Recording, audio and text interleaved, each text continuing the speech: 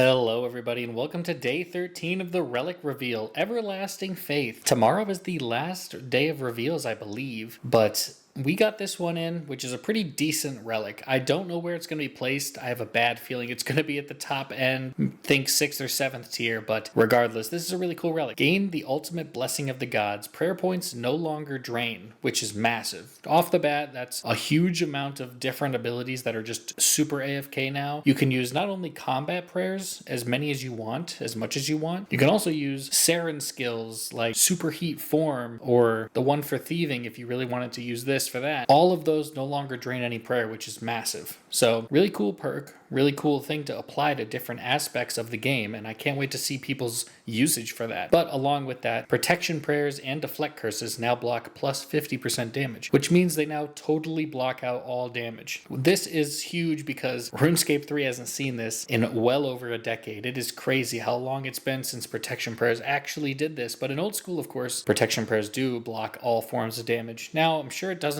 block against typeless damage. Anything that's supposed to hit you will still do a little bit of damage, but I think this is still super cool. And unless it's against stuff like the Elder God book and some of the other things that are in that tier, maybe the highest end combat tier, then this will still be really cool. Protection prayers and deflect curses act as soul split being active. That actually was not said in the video, so first time reaction, that's insane. So I was thinking they would change it so that you'd be able to activate both at the same time, but this is massive. You can actually activate soul split, or not soul split, protection prayers, have it block all damage and have soul split be active. I don't know why that would be super useful. I mean, maybe if you're in an area that is, you're taking hits from a lot of different types of damage, so you can't block purely one of them. But if you're able to sit there, not drain prayer, and not take damage from something, then the soul split thing really doesn't matter.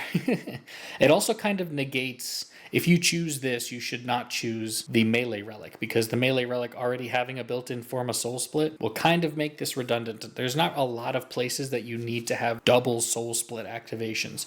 And over time, as you continue through the league, you are able to get Vampirism Aura. So you will be able to have possibly 2.5 soul splits active at the same time if you do take that relic. Will it matter that much? I don't believe it will. But this is really good if you're taking like the magic relic, or if you're taking the necromancy relic. You have a nice extra form of healing that you wouldn't have otherwise had, protecting against stuff. And on death, revive with 100% of your maximum life points. Does not work in PvP, which makes me think, are there any reasons why you would need to be in PvP? I mean, I guess if you're doing Abyss rune crafting with the demonic skull, but other than that, I don't know. Anyway, guys, this relic seems pretty cool. I have a bad feeling this relic will be up against a lot of the other overpowered relics, so don't get your hopes up for this one being your top tier pick. I can't wait. Maybe tomorrow, if this is the last relic, they will give the relic tiers, all of the relics that are in each tier, so we can form a proper strategy together tomorrow. But I'll see you in that one, guys, and have a good one. Peace.